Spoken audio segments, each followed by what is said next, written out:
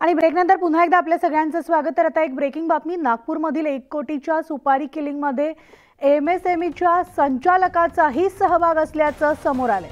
प्रशांत पार्लेवार असं अटक केलेल्या संचालकाचं नाव आहे। तर प्रशांत पार्लेवार केंद्र सरकारच्या सूक्ष्म लघु आणि मध्यम उद्योग नागपूर केंद्राचा संचालक आहे आणि संपत्तीसाठी सासऱ्याची सुपारी देणारी सून अर्चना पुट्टेवार हिचा प्रशांत पार्लेवार हा भाऊ आहे।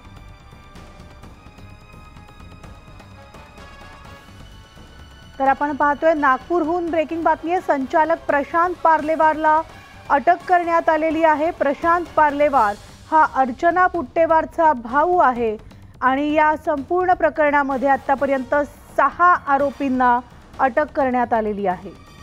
तर आमचे प्रतिनिधी उदय तिमांडे आपल्या सोबत आहेत। उदय, 1 कोटींचे सुपारी किलिंग प्रकरणात आता आणखी नवी अपडेट समोर येते।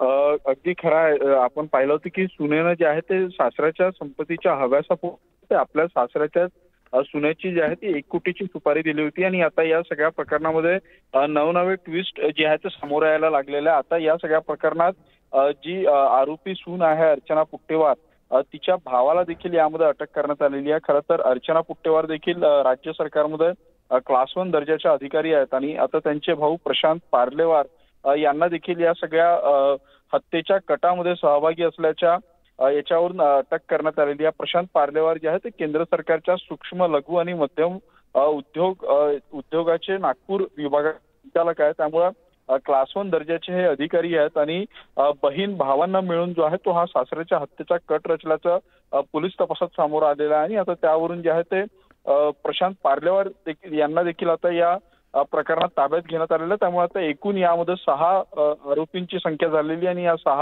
6ही आरोपींना जे आहे ते पोलिसांनी ताब्यात घेतलेलं। त्यामुळे आता या सगळ्या प्रकरणाचा आणखी सखोल तपास होताना यामध्ये आणखी निश्चितच त्यामुळे या संपूर्ण प्रकरणाची अपडेट्स आपण घेत राहू। तुर्तास उदय, धन्यवाद सविस्तर माहितीसाठी।